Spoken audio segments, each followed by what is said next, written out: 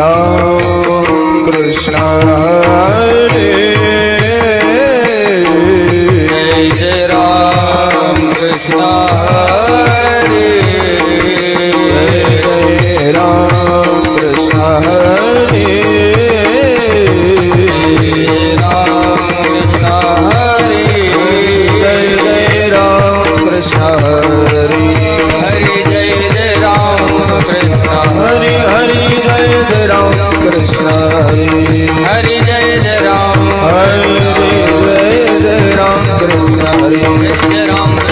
हरि जय राम कृष्ण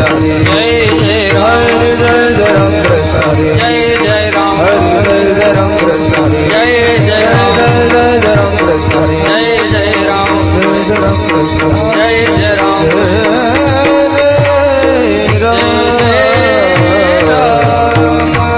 सुंदर ते ध्यान उभे विटेवरी सुंदर ते ध्यान उभे विटेवरी सुंदर ते ध्यान उभे विटेवरी सुंदर ते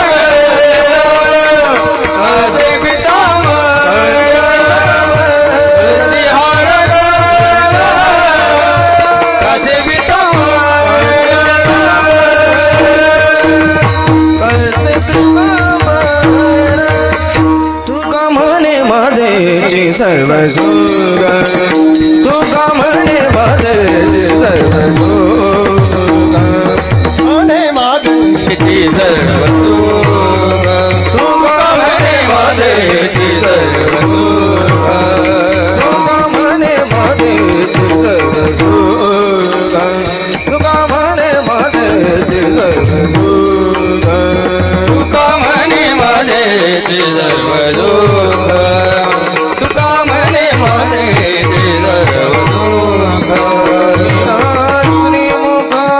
श्रीमुखावडी पाहिना श्रीमुखा आवडी तुळशी हार गणपती पितांबर तुळशी हार गणपती पितांबर पाहिना श्रीमुखावडीने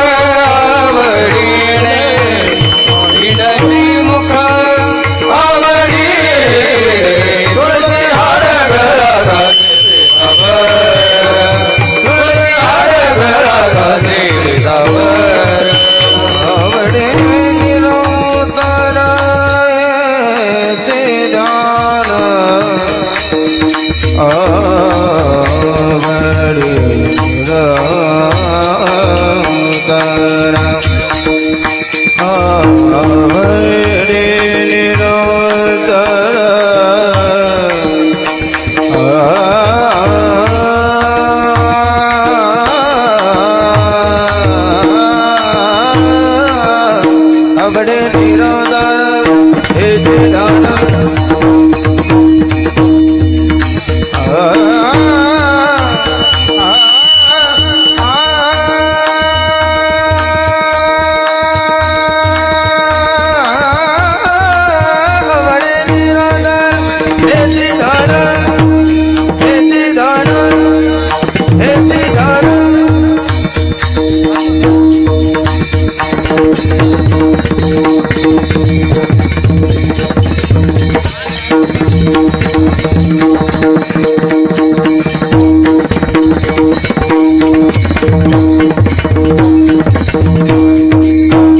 निरंतर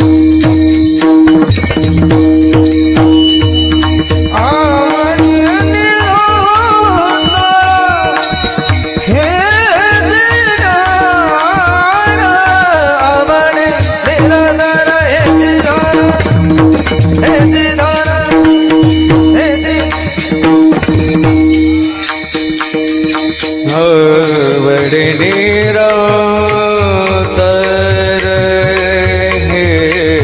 येते ध्यान आवडे निरंतर येते ध्यान येते ध्यान येते ध्यान आवडे निरंतर हेचे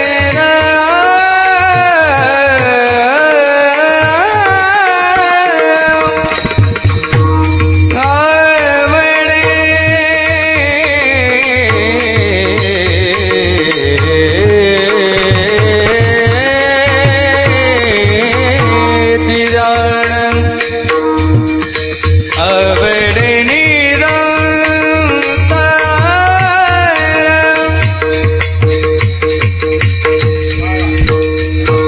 आवडे निरंतर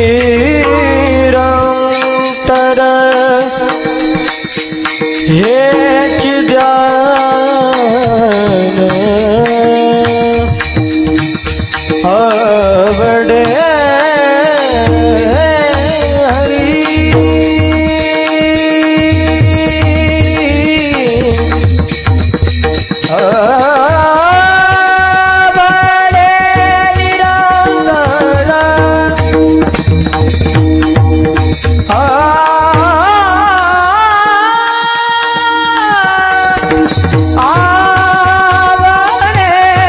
आवडे निरंतर आवडे निरंतर हेचे ध्यान आवडे निरंतर हेचे ध्यान तुळशी हार गणपती पितांबर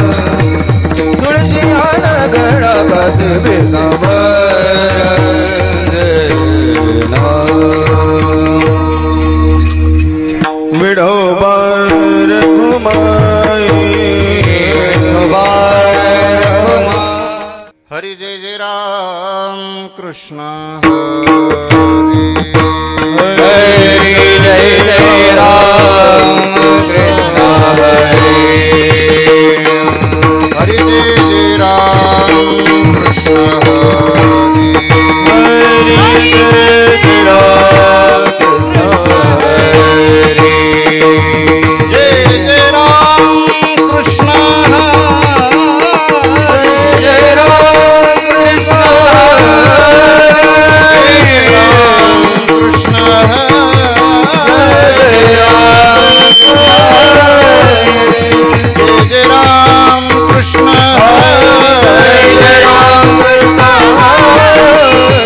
राम कृष्ण जय राम कृष्ण जय राम कृष्ण हरि जय राम कृष्ण हरि हरि जय जय राम कृष्ण हरि हरि जय जय राम जय जय राम हरि हरि जय जय राम जय जय राम हरि जय जय राम जय जय राम हरि जय जय राम जय जय राम हरि जय जय राम जय जय राम कृष्ण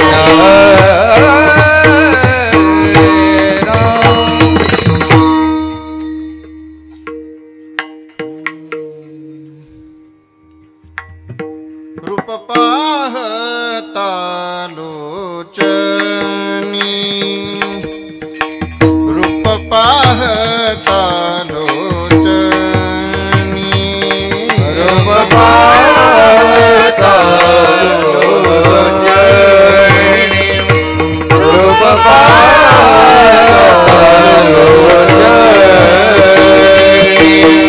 रूप पाहता लोचनी रूप पाहता लोचनी रूप पाहता लोचनी रूप पाहता लोचनी सुख झाले ओ साजनी सुख झाले ओ साजनी तोहा विठ्ठल बरवा तोहा विठ्ठल बरवा सुख झाले ओ साजनी सुख झाले ओ साजनी स्वामी विठ्ठल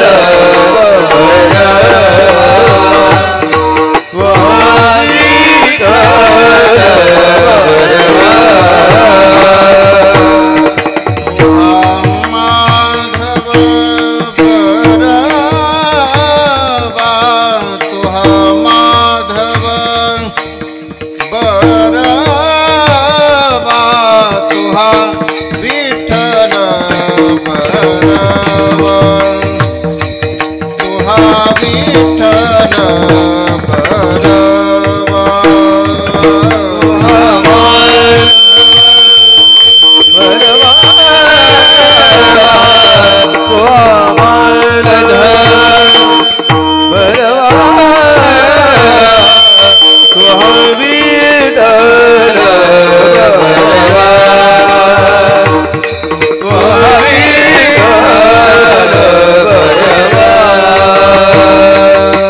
बहुता सुकृताची जोडी बहुत सुकृताची जोडी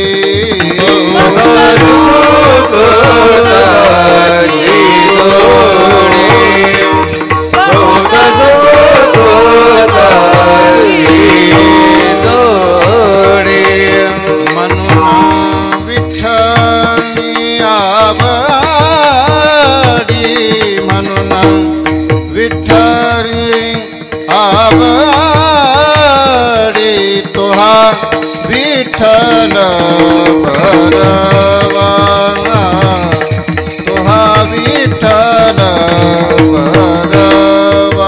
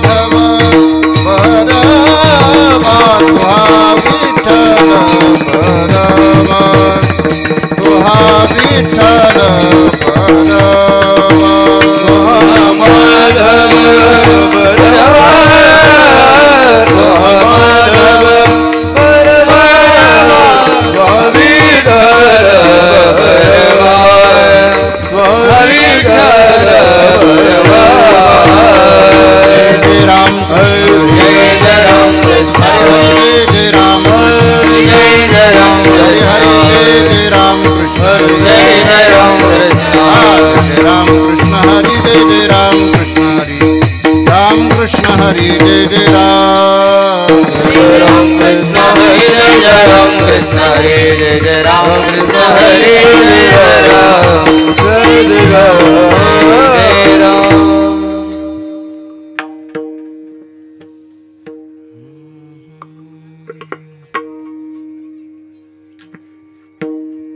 वाचे म्हणता गंगा गंगा सकळ दोष जाती भंगा दोष जाती भंगा सकळ दोष जाती भंगा वाचे म्हणता गंगा सकळ दोष जाती भंगा सकळ दोष जाती भंगा सकळ दोष जाती भंगा वाचे म्हणता गंगा गंगा सकळ दोष जाती भंगा दोष जाती भंगा सकळ दोष जाती भंगा वाचे म्हणता गंगा सकळ दोष जाती भंगा सकळ दोष जाती भंगा सकळ दोष जाती भंगा दृष्टी पडता ब्रह्मगिरी दृष्टी पडता ब्रह्मगिरी दृष्टी पडता ब्रह्मगिरी दृष्टी पडता ब्रह्मगिरी दृष्टी पडता ब्रह्मगिरी तया नाही यमपुरी नाही यमपुरी तया नाही यमपुरी दृष्टी पडता ब्रह्मगिरी तया नाही यमपुरी तया नाही यमपुरी तया नाही यमपुरी उषावर्त करिता स्नान त्याचे कैलासी राहणे कैलासी राहणे त्याचे कैलासी राहणे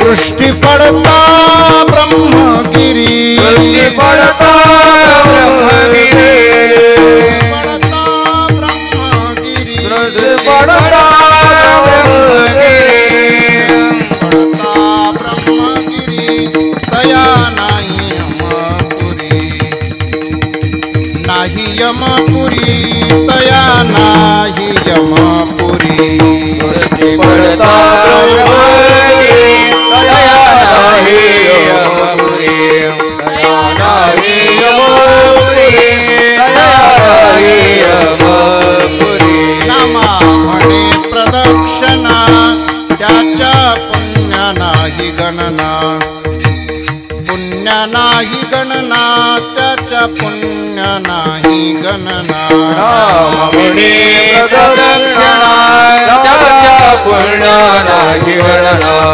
त्याच्या पुण्य नाही गणना त्याच्या पुण्य नाही गणना दृष्टी पडता ब्रह्मगिरी पडता ब्रह्मगिरी दृष्टी पडता ब्रह्मगिरी पडता ब्रह्मगिरी पडता ब्रह्मगिरी तया नाही यमपुरी नाही यमपुरी तया नाही यमपुरी पडता ब्रह्मगिरी तया नाही यमपुरी तया नाही यमपुरी तया नाही यमपुरी विठोबार कुमार विठोबार कुमार विठोबार कुमाई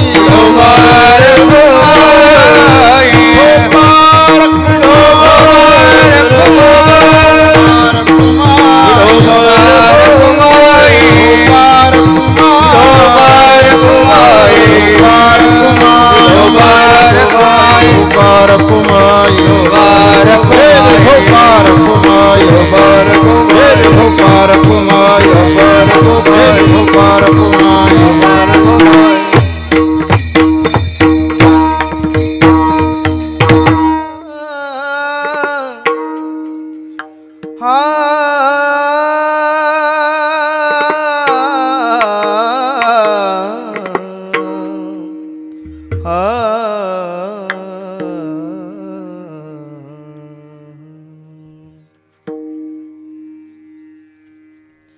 वाचे म्हणता गंगा गंगा वाचे म्हणता गंगा गंगा वाचे म्हणता गंगा गंगा वाचे म्हणता गंगा गंगा वाचे म्हणता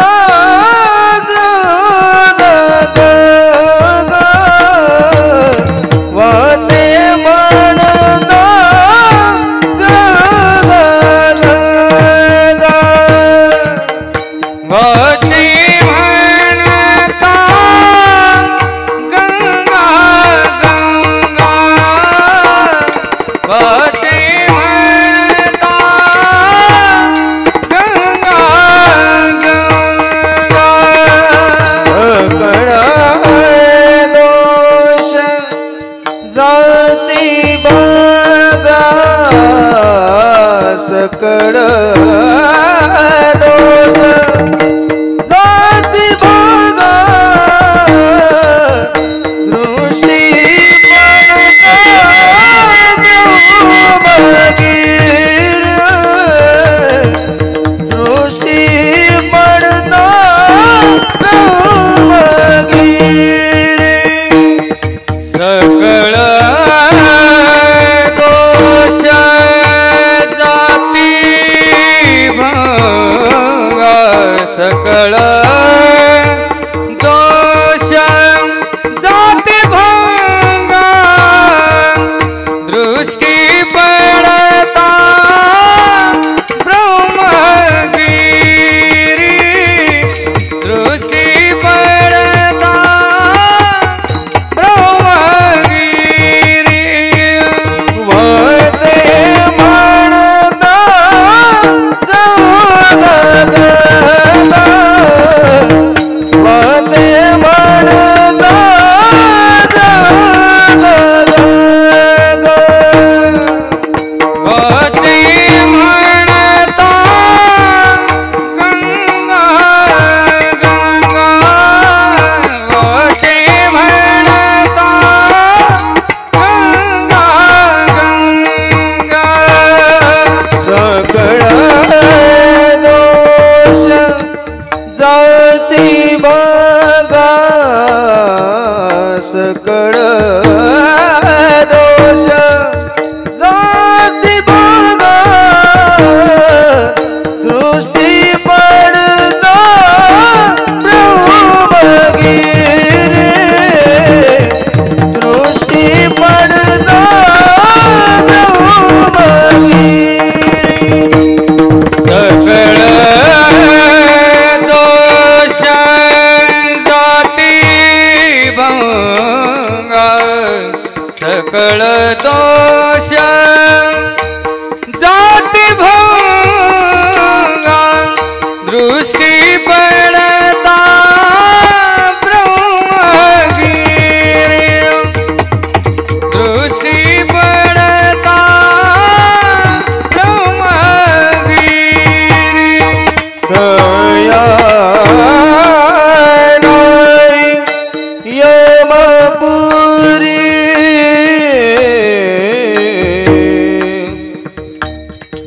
दया नाही यमपुरी दया नाही यमपुरी हा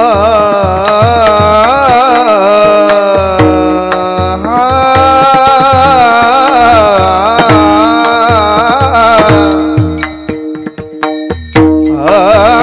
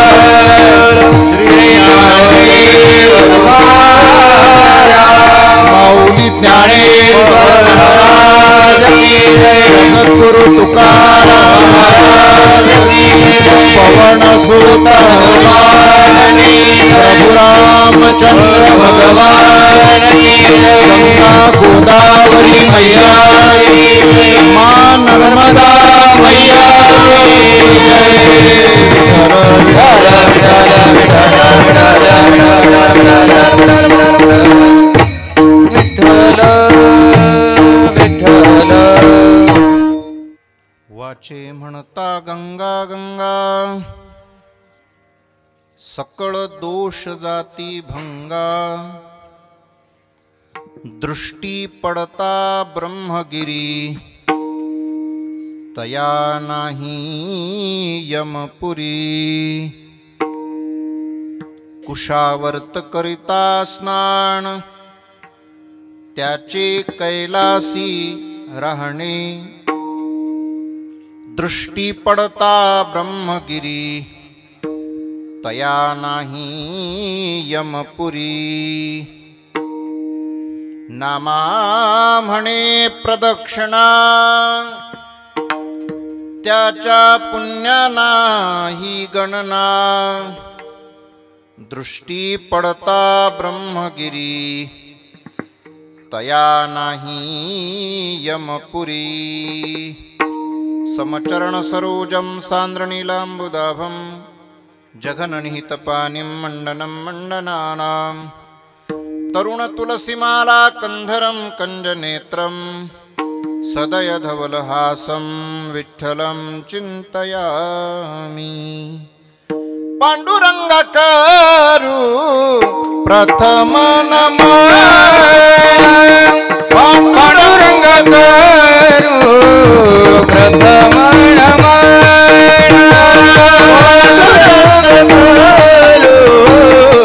प्रथम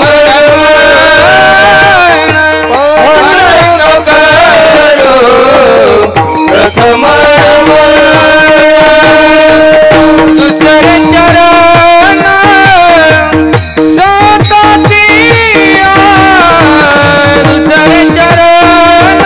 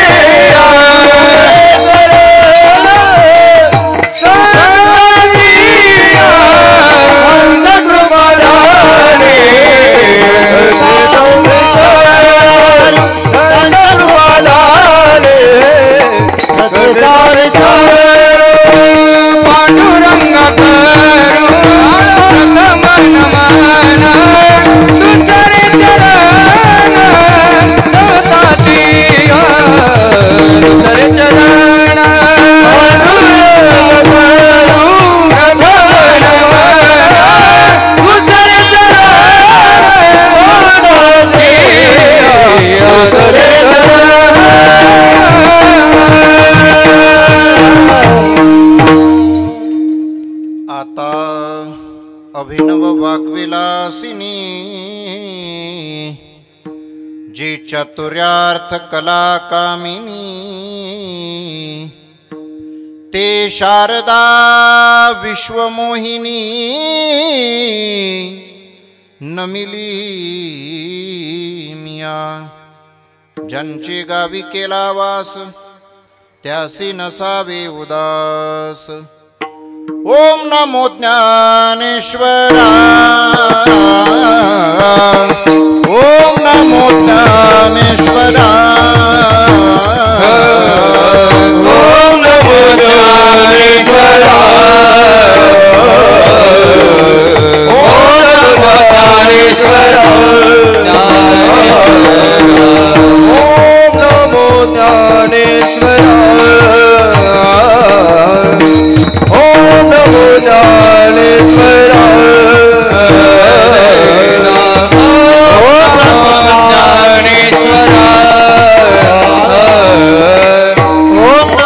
ज्ञानेश्वरा करुणाकरा दयाळा तुमचा अनुग्रह लागलो पावन झालो चराचरे दयाळा तुमचा अनुग्रह लागलो पावन झालो चराचरे। ओम नमो ज्ञानेश्वरा करुणाकरा दयाळा तुमचा अनुग्रह लागलो पावन झालो चराचरी। नमो ज्ञानेश्वरा करुणाकरा दयाळा तुमचा अनुग्रह लागलो पावन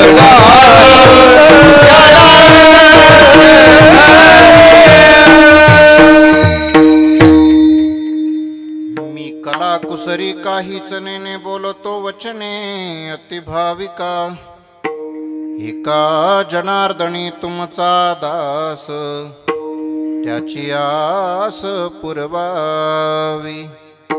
सेवेला की सेवक झालो तुमच्या लागलो निज चरणा अहो स्वामी तुकया देवा यावरी न करावा भेरू। शरण शरण जी हनुमंता तुम्हालो रामदूता काय भक्तीच्या त्या वाटा मजदावा व्यासुभटा। श्री माऊली मेरी मात है पिता मेरो श्री तुकाराम इन दोनों के चरणों में प्रभु मेरा कोटि कोटि प्रणाम।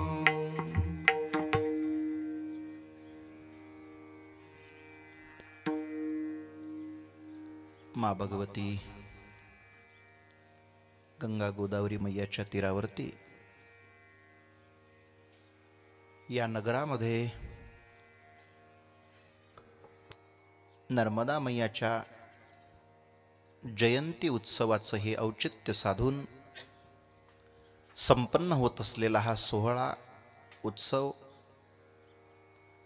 त्या अनुषंगानं कीर्तन रूपी सेवेकरता समोर निवडलेला अभंग संत शिरोमणी भगवान परमात्म्याचे लाडके प्रेम भांडारी श्री संत नामदेव महाराज यांचा 4 चरणांचा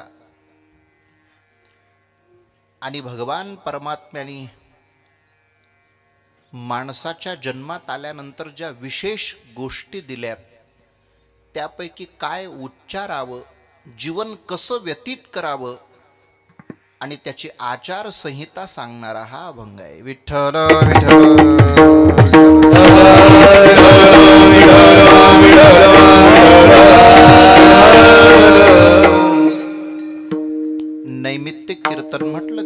काहीतरी निमित्त असतं. सर्वांना माहिती आहे, संपूर्ण गुमरे परिवाराकडून या कार्यक्रमाचं आयोजन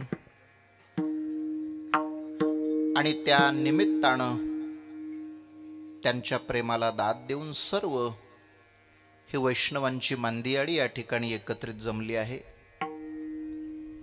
आणि एवढ्या मोठ्या बहुसंख्येनं उपस्थित असलेल्या संत मांदियाळीमध्ये माझ्यासारख्याला सेवा मिळते, हे मी माझं परम भाग्य समजतो. संपूर्ण परिवाराकडून मां नर्मदा मैयाची प्रदक्षिणा झालेली, त्याच अनुषंगानं या ठिकाणी मैयाच्या आगमनासाठी सुंदर अशी वास्तू मंदिराची उभारणी सुद्धा होते. काही दिवसांपूर्वी त्याचं भूमिपूजन या ठिकाणी करून काम सुद्धा प्रगतीपथावर आहे. आणि सगळ्यात महत्त्वाचं, जसं गंगेमध्ये स्नान करायला तुम्ही आपण जातो, आपल्या जाण्याच्या पाठीमागचा उद्देश हेतू कदाचित वेगळा असेल, परंतु ज्यांच्या जाण्यानं गंगेला सुद्धा पवित्रता येते, ते साधू संतांचं जाणं वेगळं. म्हणून एवढ्या मोठ्या या संत मांदियाळीमध्ये अनेक वैष्णवजन संत महात्मे उपस्थित असताना प्रमुखतः ज्यांच्या मार्गदर्शनामध्ये नर्मदा मैयाची प्रदक्षिणा म्हणा, आपण परमार्थाची वाटचाल करतोय, ते दोन्ही गुरुवर्य मंडळी, पूजनीय श्री गणेशजी बाबा, त्याचप्रमाणे गुरुवर्य श्री मोरे महाराज आपल्या व्यासपीठावरती विराजमान आहेत. आदी करून सर्व ज्येष्ठ श्रेष्ठ वडीलधारी थोर मंडळी, गुणीजनांमध्ये सुद्धा प्रत्येकाचा नामोल्लेख कसा करावा, कारण की अंतःकरणामध्ये अत्यंत खोलवर रुजलेली, साठवलेली, सांभाळलेली ही नावं बाहेर येण्याची काही इच्छा करीत नाहीत. त्यामुळे मी त्यांना अंतःकरणातच साठवून ठेवण्याचा प्रयत्न करतो. दोन्ही मृदंगाचार्य, विणेकरी, उत्तम अशी साऊंड सिस्टीम, समोर उपस्थित संपूर्ण श्रोतेजन, माता भगिनी, ज्येष्ठ श्रेष्ठ मंडळी आणि सर्वांच्या मध्यस्थीत मैयाच्या जयंतीचं औचित्य साधून त्या निमित्तानं काहीतरी चिंतन घडावं म्हणून अभंग डोळ्यासमोर निवडला नामदेव महाराजांचा. परमार्थासाठी अनुकूल असं शरीर भगवान परमात्म्याने तुम्हा आम्हाला दिलं. जाणकार, तज्ञ आणि नेहमी कीर्तन ऐकणारी आपण मंडळी आहोत. औट हात का मानव देह अल्लाह ने तुझ दिया. प्रत्येकाच्या हाताप्रमाणे 3.5 हाताचं हे नर शरीर भगवान परमात्म्याने तुम्हाला आम्हाला प्रत्येकाला बहाल केलं. पण लक्षात घ्या, भारताचे माजी राष्ट्रपती डॉक्टर APJ अब्दुल कलाम साहेब म्हटले होते, या जीवनात माणसाला फुकट काहीच भेटू नये, कारण फुकटची माणसाला किंमत कळत नाही. आणि खरं आहे बरं का, सगळ्या बाबतीत हा नियम लावून घ्या. कुठल्याही बाबतीत, जसा प्राणवायू आहे, ऑक्सिजन, एका एका श्वासाची काय किंमत आहे, मोफत असल्यामुळे कदाचित कळत नाही. जन्म झाला तेव्हापासून तर अखेरच्या श्वासापर्यंत आपल्याला प्राणवायूची गरज आहे. पण फुकट दिलाय देवानं म्हणून कदाचित किंमत कळणार नाही. पण तोच प्राणवायू, ऑक्सिजन, कोरोनाच्या काळामध्ये जेव्हा नाकाला नळी लावून विकत मिळत होता, तेव्हा प्रत्येक श्वासाची किंमत कळत होती. एका एका श्वासाची काय किंमत आहे, कबीर महाराजांना विचारा. महाराज बोलतात, एक एक श्वास में जात है, तीन लोक का मोल, कहना है सो कह दिया, अब क्या बजावे ढोल कबीरा, अब क्या बजावे ढोल. पाताळ, मृत्यूलोक आणि स्वर्गलोक तीनही लोक एका श्वासाच्या मोबदल्यात जरी देवाला दिले आणि सांगितलं, प्रभू गेलेला श्वास परत द्या, तरी परत मिळणे. ज्ञानोबराय बोलतात, धातया ही पाया पडता, गतायू न उठी पंडुसुता. म्हणून श्वासाची कदाचित किंमत कळत नाही. मोफत दिलाय भगवान परमात्म्यानं. जेणे हा जीव दिला दान. म्हणून भगवान परमात्म्याने अशा अनेक गोष्टी दिल्यात माऊली, आणि माणसाच्या जन्मात तर विशेष दिल्यात. समजण्याकरता सोपा मुद्दा सांगतो. 2 वेळेला एक गोष्ट आपल्याला माणसाच्या जीवनात फुकट भेटत असते, 2 वेळेला. पण तिसऱ्यांदा जर हवी असेल तर मग किंमत मोजावी लागते. 2 वेळेला एकच गोष्ट मोफत मिळते. काय मिळतं? त्याला म्हणतात दात. द्विज म्हटलं जातं त्यांना. 2 वेळेला जन्म आहे दाताचा, पण मोफत देतो देव. पहिल्यांदा जे येत असतात किंवा देव देतो ते शेवटपर्यंत टिकत नसतात. त्यांना कोणते दात म्हणावं? दूध दात. ते दूध दात पडून जातात, शेवटपर्यंत टिकत नसतात. आणि मग दुसऱ्यांदाही भगवान परमात्मा मोफत दात देतो, तेही शेवटपर्यंत साथ देत नाहीत, तेही पडून जातात. पण तिसऱ्यांदा फुकट नाहीत भेटत. तिसऱ्यांदा जर पाहिजे असतील तर मग विकत किंमत मोजावी लागते. आणि ती किंमत मोजून सुद्धा मिळतात ते नकलीच असतात. ओरिजिनलची सर त्याला येणार. पण असं म्हणतात तिसऱ्यांदा सुद्धा भगवान परमात्मा एक दाढ मोफत देत असतो. त्याला कोणती म्हणतात? अक्कल डाळ, नाही का? मला अनुभव नाही, माहिती नाही, पण असं म्हणतात ती नेमकी लग्न झाल्यावरच येते. चला, काय बोलत होतो? भगवान परमात्म्याने अनेक अशा सुंदर गोष्टी माणसाच्या जीवनात मोफत दिल्यात. हात दिले, पाय दिले, कर्तृत्व करण्याची शक्ती दिली आहे माणसाला. मन दिलं, भावना दिल्या, बुद्धी दिली, वाक्चातुर्य दिलं, ह्या सगळ्या गोष्टी दिल्यात. त्याच्यामध्ये वाणी, ज्याला आपण म्हणतो वाणी, वाचा, ही फक्त माणसाच्या जन्मात आहे. बाकीच्याही पशु योनीमध्ये, इतर योनीमध्ये वाचा आहे, परंतु माणसासारखी नाही. बाकीचे प्राणी हंबरतात, बोलतात, ओरडतात, कोकतात, पण माणसासारखं नाही. म्हणून भगवान परमात्म्यानं जी वाचा दिलेली आहे ती काहीही बोलण्यासाठी नाही माऊली. काहीही बोलता येत नाही वाचेनं. त्याचा सदुपयोग केला गेला पाहिजे. घेई घेई माझे वाचे, घेई घेई माझे वाचे, घेई घेई माझे वाचे, घेई घेई माझे वाचे. गोड नाम विठोबाचे, गोड नाम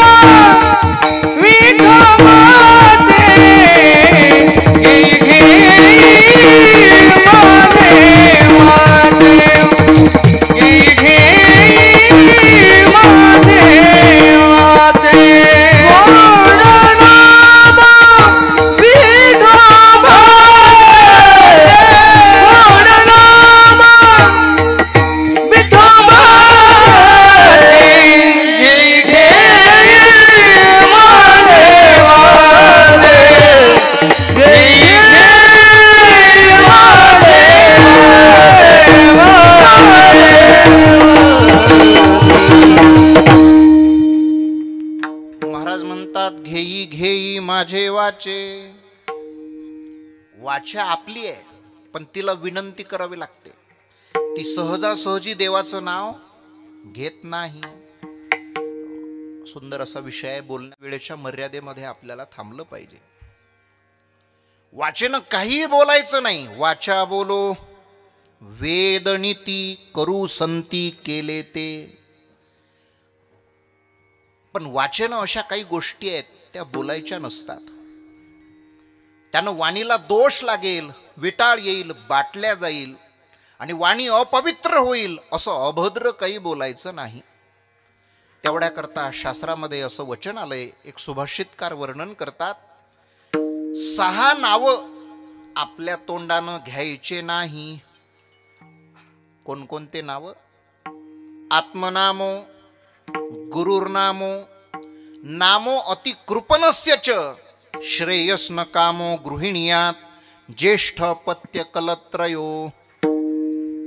शास्त्रकार बोलतात, आत्मनामो म्हणजे स्वतःचं नाव कधी आपल्याच मुखानं घ्यायचं नाही. तुम्ही म्हणाल महाराज काय होतं? त्यांनी आत्मप्रौढी वाढते, म्हणजे अभिमान वाढतो. ज्ञानोबाराय बोलतात, जयाची भजने भोगासाठी. माझ्या म्हणण्याचा अर्थ समजावून घ्या. ज्यानं अभिमान वाढत असेल, एवढ्या करता स्वतःचं नाव आपल्याच मुखानं वर्णन करायचं नाही, म्हणजे मोठेपणा सांगायचा नाही. ज्ञानोबाराय बोलतात, स्वकीर्ती कानी नायकावी, पूज्यता डोळा न देखावी, मी अमुकायसी होवावी लोका प्रती. ज्ञानोबाराय बोलतात, स्वकीर्ती कानी नायकावी. तसं स्वतःचं नाव जर वाचेनं उच्चार केला तर अभिमान वाढण्याची शक्यता आहे. आणि बोलू, काहीचा प्रपंच सोडा, परमार्थ सुद्धा नावासाठीच असतो. उन्हाळ्याचे दिवस, पंखा दिला एका व्यक्तीनं दान मंदिराला. भजनी मंडळी भजन करायला बसलेत. कोणाचं तरी लक्ष गेलं, अहो पंखा दिलाय ना म्हणे, चालू करा, बटन दाबा. पण ज्यांनी दान दिला होता त्यांनी नकार दिला. तो म्हटला, चालू नका करू. अरे मग चालू नका करू तर दिला कशा करता? ज्यांनी दान दिला होता तो म्हटला, तुम्ही जर पंखा चालू केला तर त्या चालू पंख्यावरचं माझं नाव कसं वाचता येईल तुम्हाला? म्हणजे दिला कशासाठी? नावासाठी. पण लक्षात घ्या, दानाचा असेल, नामाचा असेल, कलेचा असेल, गुणाचा असेल, सौंदर्याचा असेल का धन संपत्तीचा असेल, अभिमान कशाचाही असू द्या, तो माणसाला नरकाला कारणीभूत ठरतो. तुका म्हणे नरकी घाली अभिमान, जरी होय ज्ञान गर्वताठा, जरी होय ज्ञान गर्वताठा, जरी होय तुका म्हणे नरकी घाली अभिमान, जरी होय ज्ञान गर्वताठा, जरी होय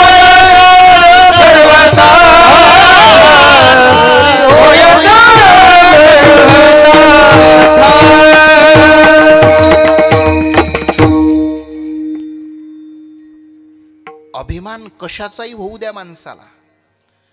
फार गोड मुद्दा आहे. चिंतन तुमच्या लक्षात आलं की अभिमान कसलाही झाला तरी तो माणसाच्या पतनाला कारणीभूत ठरतो. म्हणून तुका म्हणे नरकी घाली अभिमान, जरी होय ज्ञान गर्वताठा.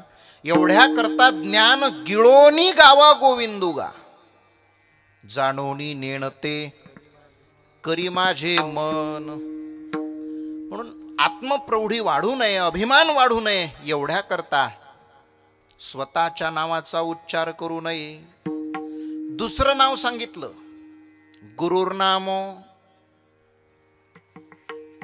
ज्यांच्याकडून आपण अनुग्रह घेतलाय त्यांच्या नावाचा उच्चार, त्यांच्या देखत एकिऱ्या भाषेत उद्धटपणानं करायचा नसतो. उलट कोणाचं वर्णन कधी करावं याचंही शास्त्र आहे बरं का.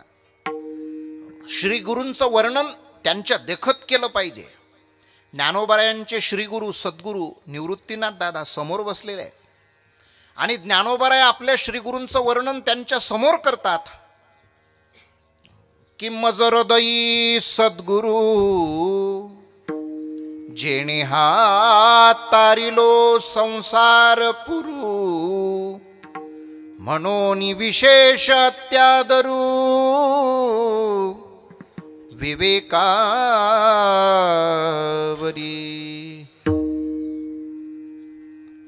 ज्ञानोबाराय त्यांच्या श्रीगुरूंचं सद्गुरूंचं निवृत्तीनाथ दादांचं वर्णन समोर करतात, पण एकिऱ्या भाषेत नाही, उद्धटपणानं नाही. तिसरं नाव सांगितलंय श्रेयस्न कामो गृहिणीयात. प्रापंचिक आहोत आपण. जर पती असाल, पत्नीचं नाव एकिऱ्या भाषेत घेता येत नाही. जर पत्नी असाल, पतीला एकिऱ्या भाषेत नावानं हाक मारता येत नाही. म्हणून जुने लोक काही वेडे नव्हते. कोणाला तरी मध्यस्थी ठेवून हाक मारायचे, नाव घ्यायचे, एकदम नावाचा उच्चार करत नव्हते. शिकलेले नसतील, अडाणी असू द्या, परंतु शास्त्राचा आदेश मानणारे होते. रामायणामधला गोड दृष्टांत लक्षात घ्या. मा भगवती जानकी मैया सीतादेवी 5 मुकुट घासत बसल्या होत्या, स्वच्छ करत होत्या. कशानं घासत होत्या याचं वर्णन काही रामायणात नाही. काय पितांबरी होती का लिंबू होतं. पण घासत असताना काही मैत्रिणी धावत आल्या. का ग सीते, जानकी कोणाचे ग मुकुट आहेत हे? त्यावेळेला जानकी मैया उत्तर देते, ऐका, हा जो मोठा मुकुट आहे ना, हा आमचे सासरे राजेंचा आहे, म्हणजे दशरथ राजेंचा. हा दुसरा जो आहे ना, हा लक्ष्मण भाऊजींचा आहे. हा तिसरा ग, हा भरत भाऊजींचा आहे. हा चौथा ग, हा शत्रुघ्न भाऊजींचा आहे. आणि हा 5वा ग. सीता मैया बोलत नाही, लाजली बिचारी. स्मित हास्य केलं, पायाच्या अंगठ्याकडे नजर झुकवली, बोलली नाही, एक शब्द सुद्धा बाहेर निघाला नाही. खरं सांगा, जसं जानकी मैयाच्या मैत्रिणींच्या लक्षात आलं होतं, इथं बसलेल्या ऐकणाऱ्या सगळ्या मंडळींना समजलं ना 5वा मुकुट कोणाचा आहे. पण बोलली नाही सीता मैया. का म्हणता आलं नसतं? विचार करून पा, समजा कल्पना करून पा, समजा तिच्या ऐवजी आत्ताची 2023 मधली सीता असती तर काय बोलली असती मला या गादीवरून सांगता येत नाही. काय बोलत होतो? श्रेयस्न कामो गृहिणीयात. कोणीतरी आग्रह करावा, म्हणावं, नाव घ्या, आणि मग उखाण्यामध्ये नाव घेण्याचा आनंद. होऊन गेलाय तो सण. आपला मुद्दा तुमच्या लक्षात आला. घेता येत नाही नाव. चौथं नाव सांगितलंय ज्येष्ठ पत्य. घरातल्या मोठ्या मुलाला घरातल्याच वडीलधाऱ्या मोठ्या मंडळींनी एकिऱ्या भाषेत हाक मारायची नाही. का? सरळ सरळ आहे. येथ वडील जे जे करीती, लहान बारकी मुलं तेच अनुकरण करतील, आचरण करतील, तसंच हाक मारतील. म्हणून मोठ्या मुलाला एकिऱ्या भाषेत हाक मारायची नाही. 5वं नाव सांगितलंय कलत्रयो, म्हणजे भांडण लावणारा, चुगली करणारा, चहाडी करणारा. त्याचंही नाव घ्यायचं नाही, कारण सरळ सरळ आहे माऊली. तुकोबाऱ्यांच्या अभंगाला आपण मानणारी लोक आहो. महाराज बोलतात, एखाद्या संत सज्जन सत्पुरुषाचं नाम जर आपल्या मुखामध्ये घेतलं ना, आलं ना, तर आपल्याला अगणित पुण्य प्राप्त होतं. पुण्यवंत व्हावे घेता सज्जनाची नावे, घेता सज्जनाची नावे, घेता सज्जनाची नावे. पुण्यवंत व्हावे घेता सज्जनाची नावे, नावे शेत सजनाची नावे पुण्यवान भावे गेला सजनाचे नावे शेत सजनाची नावे गेला सजनाचे नावे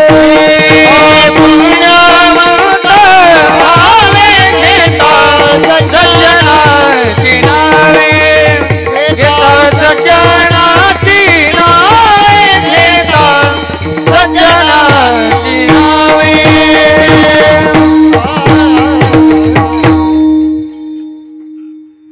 सरळ सरळ आहे. पुण्यवान संत सज्जन महात्मे मंडळींच्या नामाचा उच्चार जर आपण मुखानं करत असू, पुण्यवंत व्हावे घेता सज्जनांची नावे, तसं भांडण लावणारचं नाव मुखात आलं तर कदाचित तशीच बुद्धी होण्याची माणसाला शक्यता आहे. आणि सहावं न सांगितलं कृपण म्हणजे कंजूस. माणसाला तशीच बुद्धी होऊ नये म्हणून कंजूस व्यक्तीचं नाव सुद्धा आपल्या मुखामध्ये येऊ नये. जसं सुभाषितकारांनी हे 6 नावं सांगितलेत ना, गाथ्यामध्ये आपण वाचलं असेल. तुकोबाराय बोलतात, प्रभातेन घ्यावे नाव मर्कटाचे तैसे अभक्ताचे सर्व काळ. सकाळी सकाळी तुकोबाराय बोलतात, माकडाचं नाव तोंडामध्ये येऊ नये किंवा माकडाचं दर्शन होऊ नये, मुख पाहू नये. दिवसभर माणसाला जेवण मिळत नाही.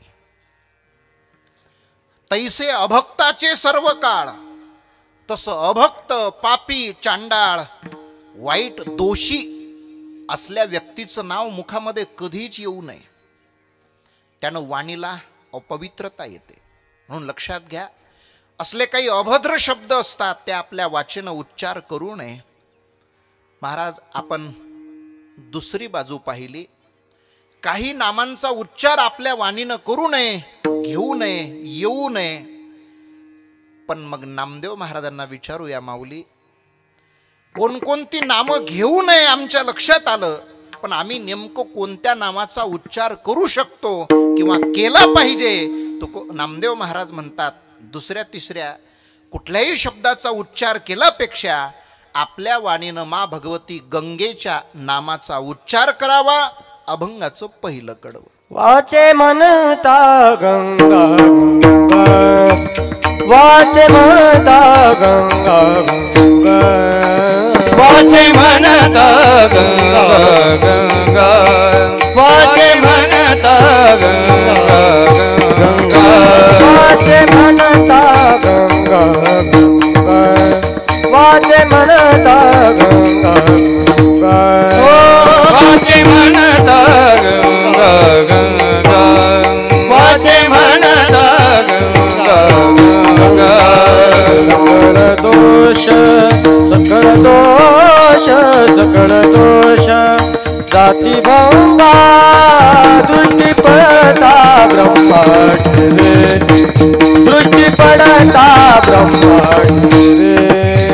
सकळ दोष सकळ दोष सकळ दोष जाती भंगा, दृष्टी पडता ब्रह्मगिरी, दृष्टी पडता ब्रह्मगिरी. वाचे म्हणता गंगा गंगा, सकळ दोष जाती भंगा, सकळ दोष जाती भंगा, सकळ दोष जाती भंगा. वाचे म्हणता गंगा गंगा, सकळ दोष जाती भंगा, सकळ दोष जाती भंगा, सकळ दोष जाती भंगा.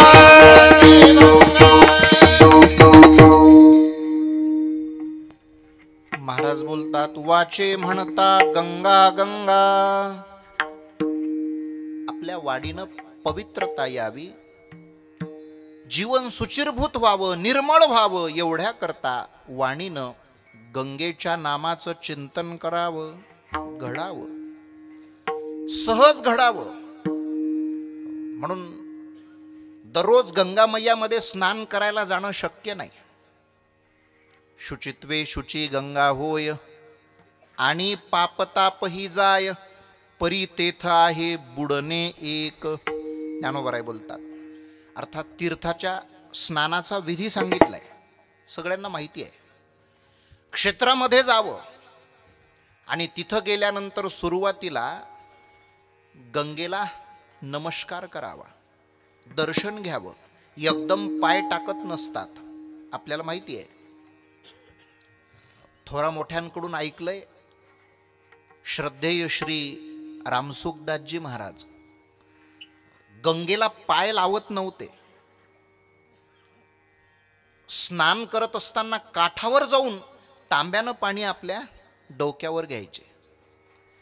म्हणजे आपले पाय एवढे पवित्र नाहीत की आपण गंगेला स्पर्श करावा, पाय लावावे. पण मग आता स्नानाचा विधी सांगितलाय, कमरे एवढ्या म्हणजे नाभीपर्यंत बुडेल एवढ्या पाण्यामध्ये गेलं पाहिजे, तर पाय तर लावावाच लागेल. पण एकदा गंगा मैयात पाय टाकला की पुन्हा पाण्यातून पाय वर काढायचा नाही. कारण पुन्हा पाण्यातून पाय वर काढून पुन्हा आपण जर पुढं जाण्याचा प्रयत्न केला तर त्या जलाला पाय पुन्हा पुन्हा लावला जातो, म्हणजे लाथ मारल्याचा दोष लागेल. म्हणून पाण्यामधल्या पाण्यामध्ये पाय असा पुढं पुढं नेण्याचा प्रयत्न केला पाहिजे. नाभी एवढ्या पाण्यामध्ये जाऊन स्नान घडावं, म्हणजे बुडी मारावी. शेंडी सकट माणसाला स्नान करता आलं पाहिजे. परी तेथ आहे बुडणे एक. पण गंगेच्या स्नानाला जाणं सोपं नाही बरं. ज्यांनी मा भगवती नर्मदा मैयाची प्रदक्षिणा केली असेल त्यांना विचारा. वैशाख महिन्यात दुपारी 12 वाजेला सुद्धा स्नान करण्याची हिंमत होणार नाही गंगेमध्ये. गुरुजी मोरे महाराज नेहमी मुद्दा सांगत असतात. कुंभामध्ये गणेश महाराज आणि सगळी मंडळी सोबत होते. स्नानाला जाण्याची कोणाचीच हिंमत होत नव्हती, कारण गारवा भरपूर होता, थंडी खूप होती. पण पूजनीय गणेश बाबा गेले स्नानाला.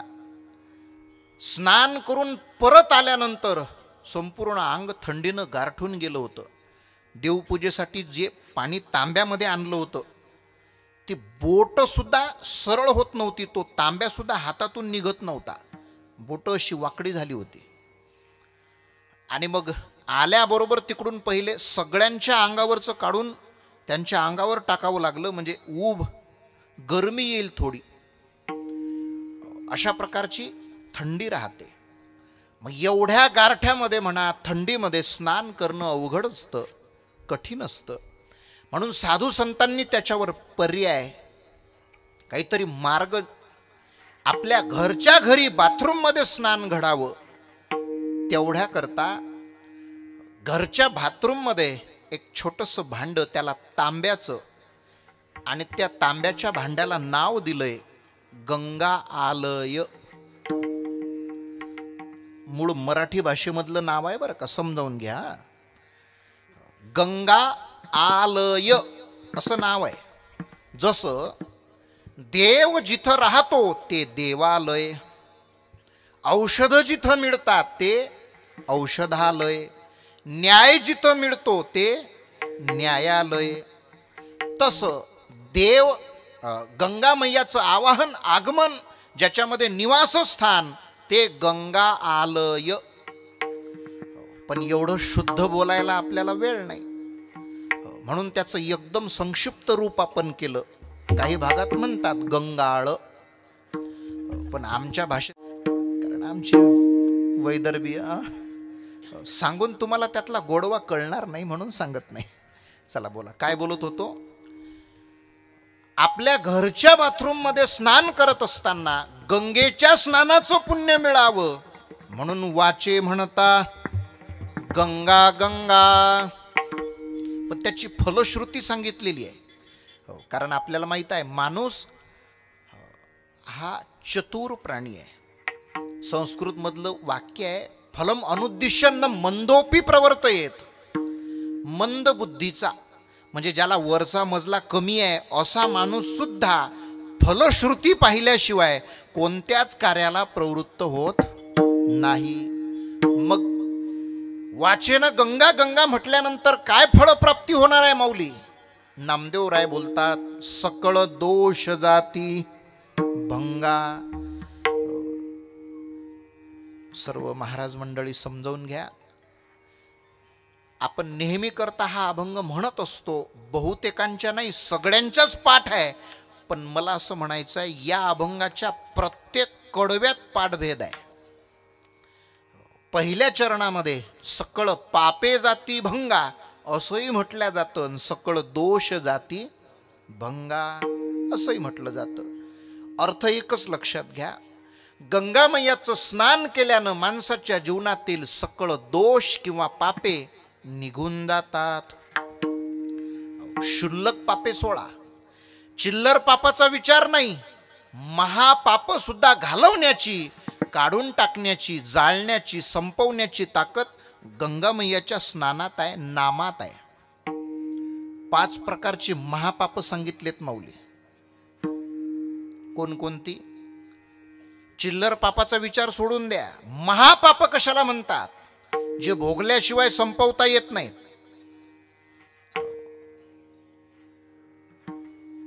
ब्रह्महत्या पहिलं महापाप. मनसंकल्पाची पापे न जाती तीर्थाचेनी बापे, हे सांगायचं होतं मला.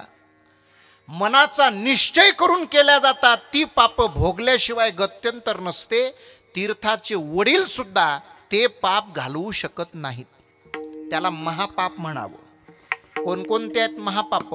5 सांगितलेत. पहिलं महापाप आहे ब्रह्महत्या. कोणत्याही जीवाची हत्या जीवनात घडणं, होणं किंवा करणं प्रथम क्रमांकाचं महापाप आहे. दुसरं महापाप सुरापानम, मदिरा प्राशन करणे. तिसरं महापाप चोरी करणे म्हणजे चौर्य कर्म. आणि चौथं महापाप व्यभिचार करणे.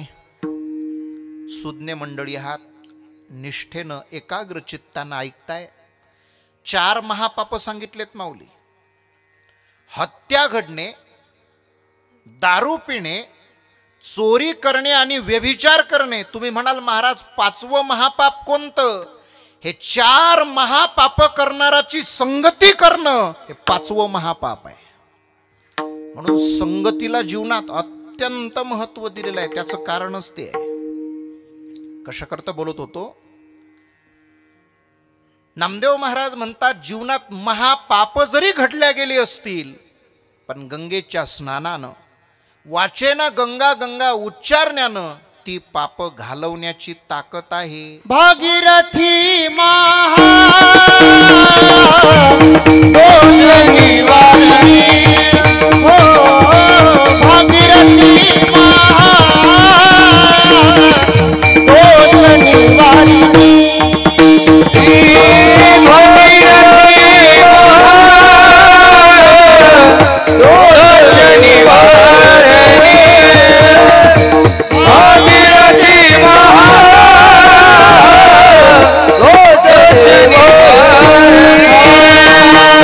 सकळ स्वामी तीर्थाची सकळ स्वामी तीर्थाची भागीरथी महा दोष निवारिणी हो, भागीरथी महा दोष निवारिणी. सकळ स्वामी तीर्थाची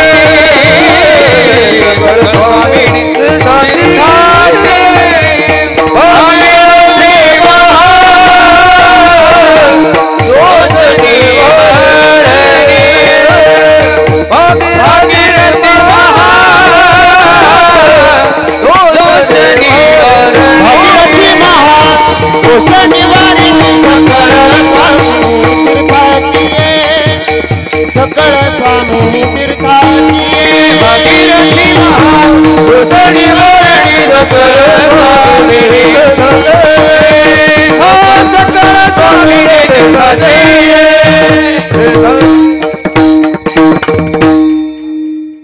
भागीरथी महादोष निवारिणी.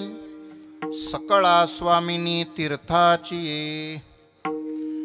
महादोष महापाप घालवण्याची ताकद गंगेमय्याच्या नामामध्ये आहे, स्नानामध्ये आहे. आणि म्हणून नामदेव महाराज म्हणतात, वाचे म्हणता गंगा गंगा, सकळ दोष जाती भंगा. अनेक प्रकारचे दोष आहेत माणसाच्या ठिकाणी.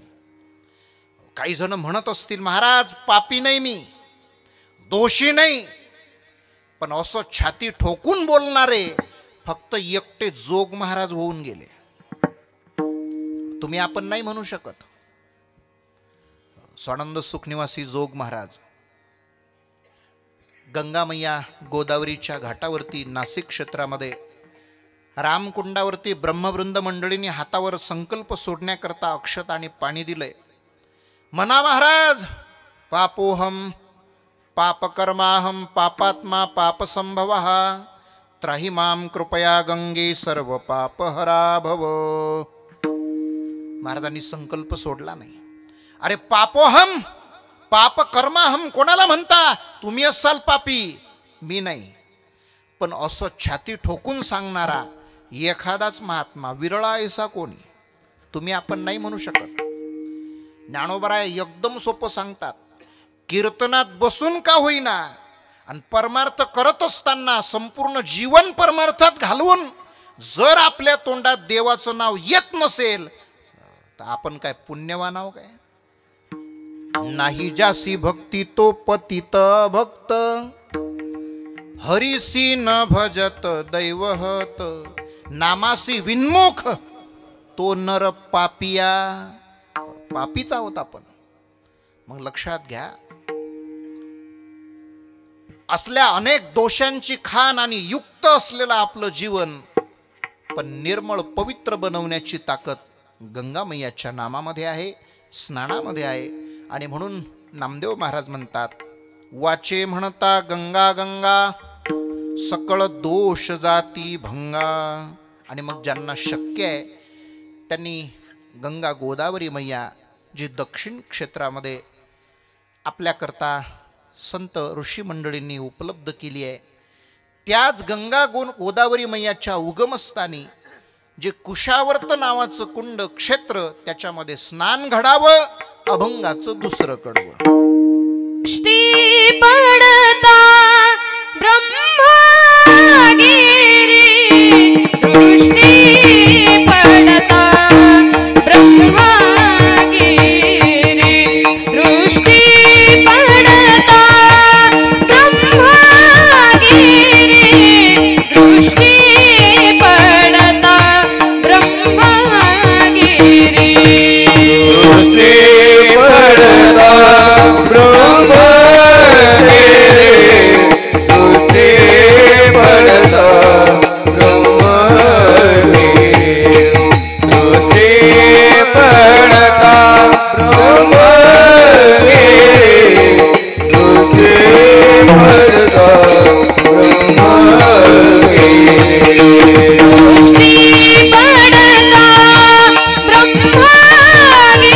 ब्रह्मगिरी, दृष्टी पडता ब्रह्मगिरी, दृष्टी पडता ब्रह्मगिरी, दृष्टी पडता ब्रह्मगिरी, दृष्टी पडता ब्रह्मगिरी, दृष्टी पडता ब्रह्मगिरी, दृष्टी पडता ब्रह्मगिरी, दृष्टी पडता ब्रह्मगिरी. माया नाही यमपुरी, माया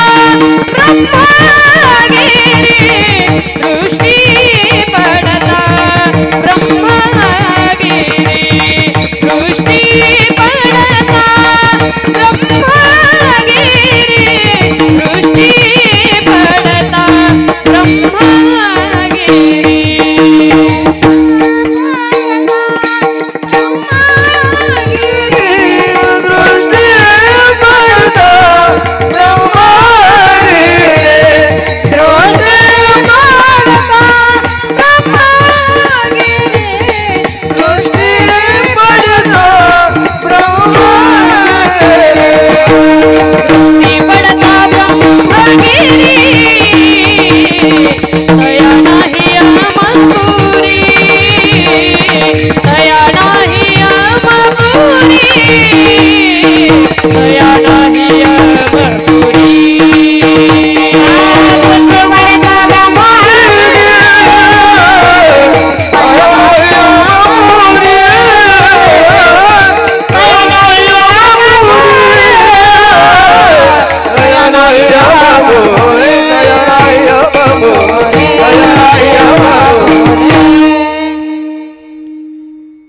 नामदेव महाराज म्हणतात, दृष्टी पडता ब्रह्मगिरी,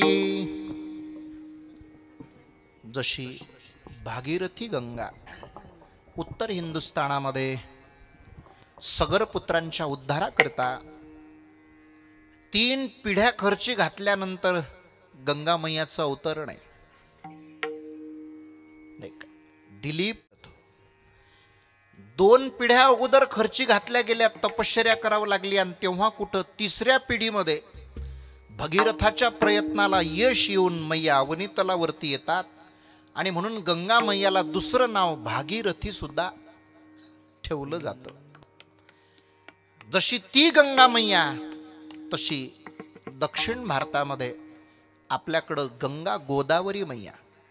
आपल्याला माहित आहे, गायीच्या वधाच्या हत्येतून निवृत्त होण्याकरता मैयाला अवनी तरावरती प्राचारण केलं जातं.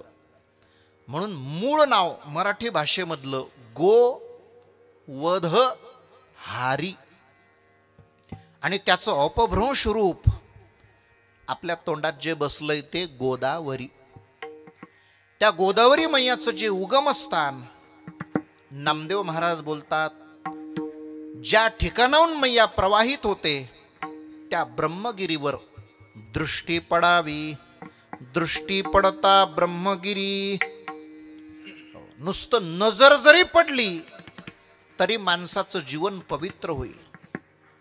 कारण शरीरामध्ये पाप प्रवेश करण्याचे 2 महत्वाचे दरवाजे सांगितलेत.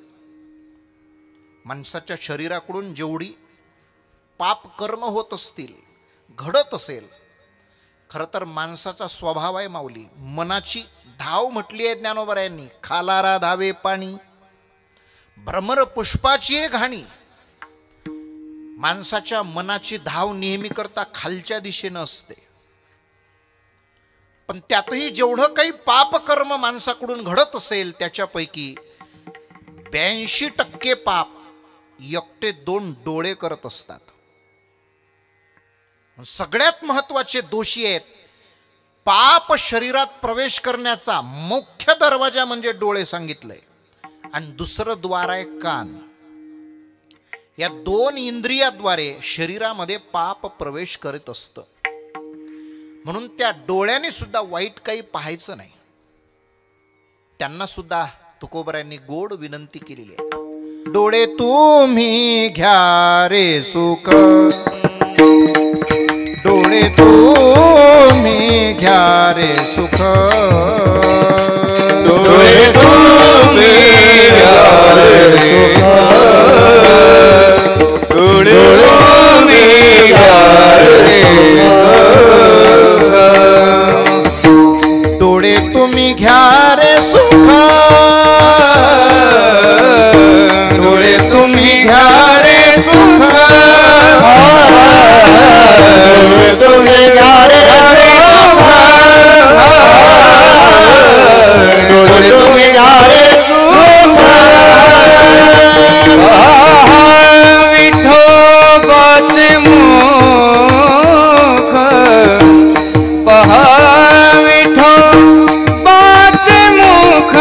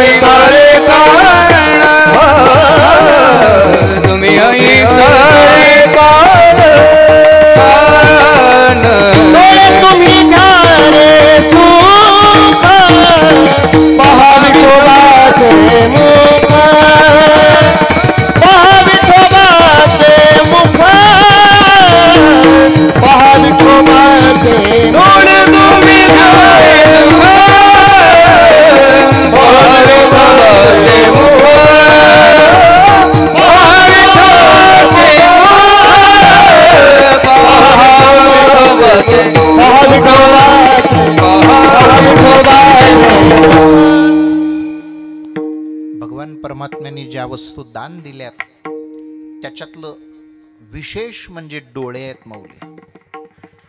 हे जग किती सुंदर आहे, विश्व कसं नटलंय हे पाहण्यासाठी भगवान परमात्म्याने सुंदर 2 डोळे दिलेले आहेत. लक्षात घ्या, सगळ्यांच्या हातामध्ये खिशामध्ये जवळ असणारं जे यंत्र आहे ना, मोबाईल, ह्या मोबाईलने अनेक गोष्टी खाऊन टाकलेल्या आहेत. गहाळ झाल्या वस्तू, बॅटरीचं काम नाही, मोबाईलमध्येच आहे. वर्तमानपत्र वाचण्याची गरज नाही, सगळ्या बातम्या मोबाईलमध्येच आहेत. तसं प्रत्येकाच्या मोबाईलला कॅमेरा दिलाय, कॅमेरा.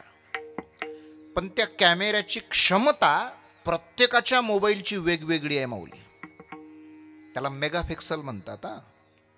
मला हे सांगायचं आहे, विज्ञानाला जेवढा मेगापिक्सल कॅमेरा आजपर्यंत बनवताच आला नाही, भगवान परमात्म्यानं प्रत्येकाच्या डोळ्यामध्ये बसवलेला आहे.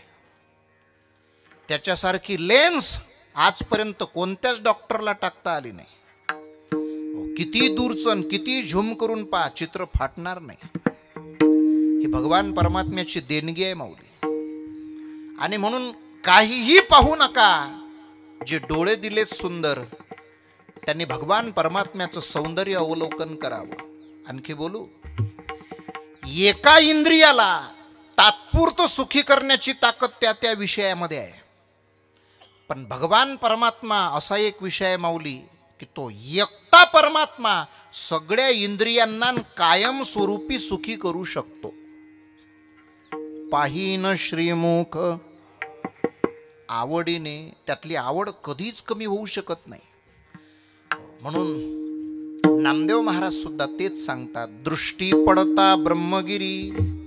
सहज जरी नजर पडली, दृष्टी पडली, तरी तया नाही यमपुरी, किंवा त्यासी नाही यमपुरी. त्या पापातून, त्या दोषातून त्याची मुक्तता होते. ती सोय परमार्थामध्ये आहे, भक्तीमध्ये आहे. आणि म्हणून सकळही तीर्थे घडती एक वेळा, चंद्रभागा डोळा देखली या. ही परमार्थातली ताकद आहे. तसं नामदेव महाराज म्हणतात, वाचेनं गंगेचं उच्चार होऊन व्हावं, दृष्टी ब्रह्मगिरीवरती पडावी. पण ज्यांना शक्य आहे त्यांनी त्या ठिकाणी जाऊन कुशावर्त क्षेत्रामध्ये स्नान करावं. त्याला सुद्धा फायदा आहे, फलश्रुती आहे. अभंगाचं 3रं कडवं, कुशावर्ता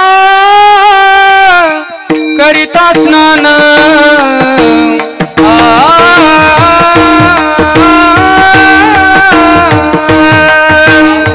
कुशावर्ता करिता स्नान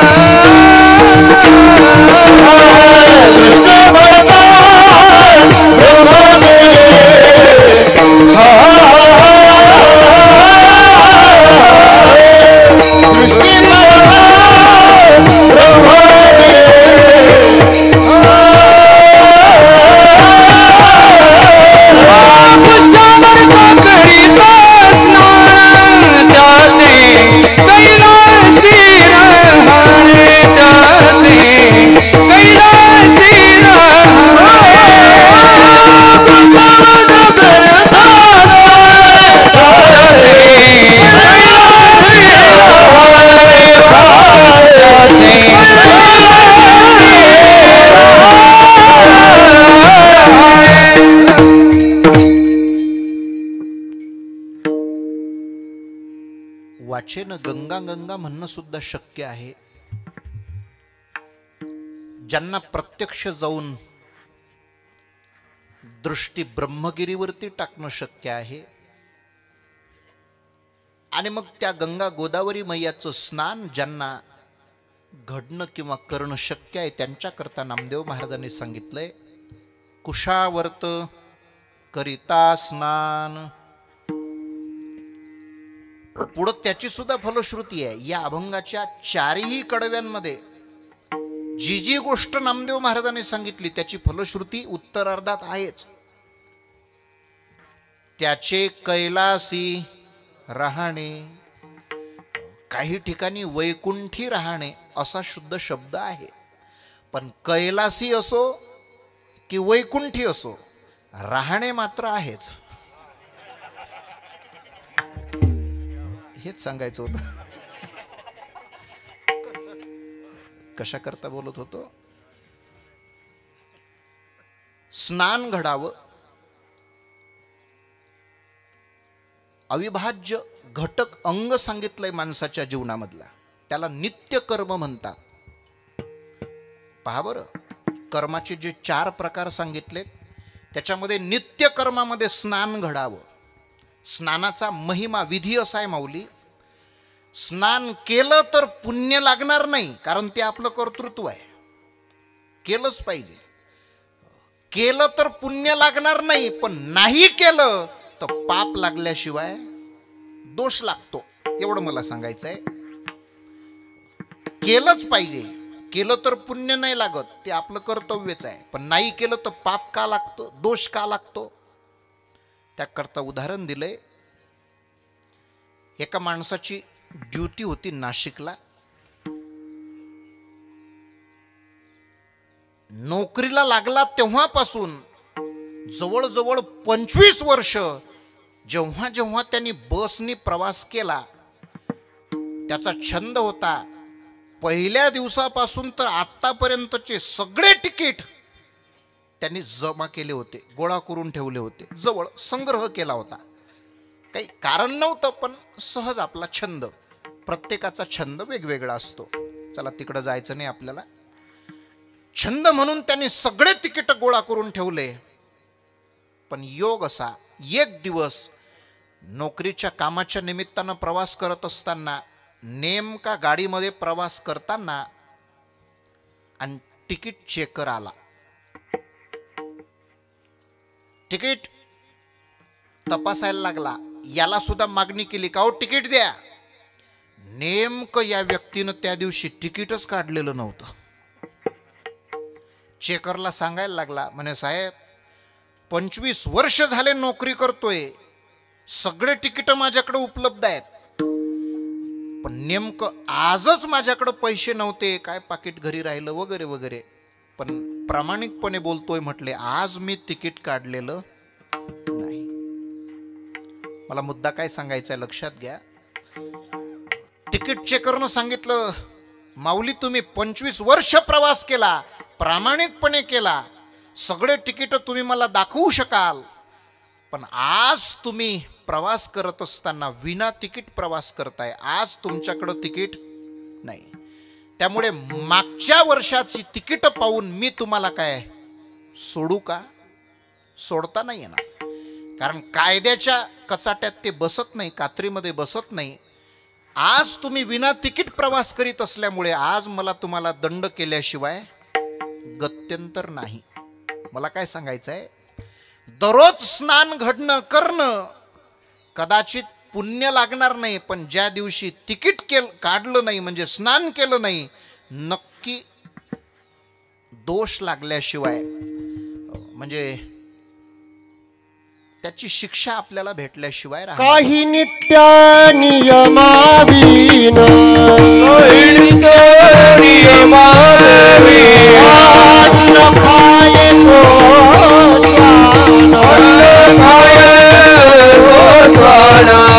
देवाया मनुष्य बना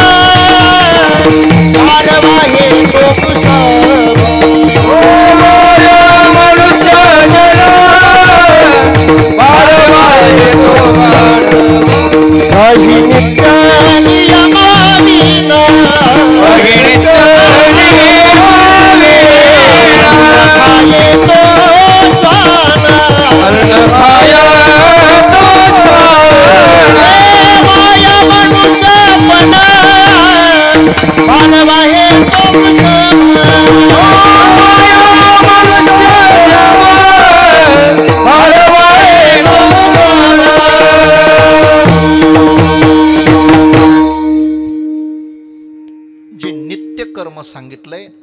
काही नित्यनेमावीण, अन्न खाये तो श्वान, वाया मनुष्यपण, भार वाहे तो ऋषभ. ऋषभ म्हणजे बैल. पशु पक्ष्वादिक योनींना नित्यनेम किंवा एक विशिष्ट आचरणाची गरज नाही सांगितलेली, पण मनुष्य म्हटला की त्याला काहीतरी नित्यनेम असला पाहिजे. तसं नित्यकर्मामध्ये स्नान हे सुद्धा एक कर्म घडतं. आणि मग क्षेत्राच्या ठिकाणी जाऊन कुशावर्तामध्ये स्नान घडावं. नामदेव महाराज बोलतात, कुशावर्त करिता स्नान. स्नान म्हटलं की एक, आणि स्नाने म्हणजे अनेक वचन. पण फलश्रुती तया कैलासी राहणे किंवा वैकुंठी राहणे. ज्यांना ज्यांना जे जे शक्य होते ते. आणि मग नामदेव महाराज म्हटले, स्नान, वाचन, उच्चार किंवा दृष्टी ब्रह्मगिरीवर पडणं हे ज्यांना शक्य आहे त्यांच्याकरता ते. पण ज्यांना प्रदक्षिणा करणं शक्य आहे त्यांनी ती जरूर करावी. आणि फलश्रुती अभंगाचं शेवटचं कडव. नम म्हणे प्रदक्षिणा, नम म्हणे प्रदक्षिणा, नम म्हणे प्रदक्षिणा, नम म्हणे प्रदक्षिणा, नम म्हणे प्रदक्षिणा, नम म्हणे प्रदक्षिणा, नम म्हणे प्रदक्षिणा,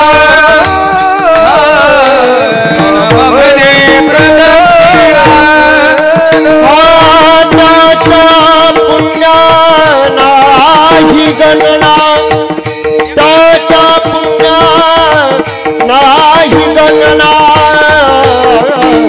दृष्टी पडता ब्रह्मगिरी, दृष्टी पडता ब्रह्मगिरी. त्याच्या पुण्या नाही गणना, त्याच्या पुण्या नाही गणना.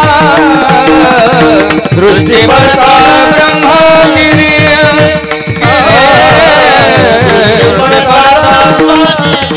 ब्रह्मगिरी. नामा म्हणे प्रदक्षिणा, त्याच्या पुण्या नाही गणना. दृष्टी पडता ब्रह्मगिरी, त्यासी नाही यमपुरी. बस अगदी संकल्पित वेळेच्या आत 5 मिनिटामध्ये आपल्याला थांबायचंय. सर्वांनी संप्रदायपूर्वक मोठ्या प्रेमानं भजन करूया. विठोबा.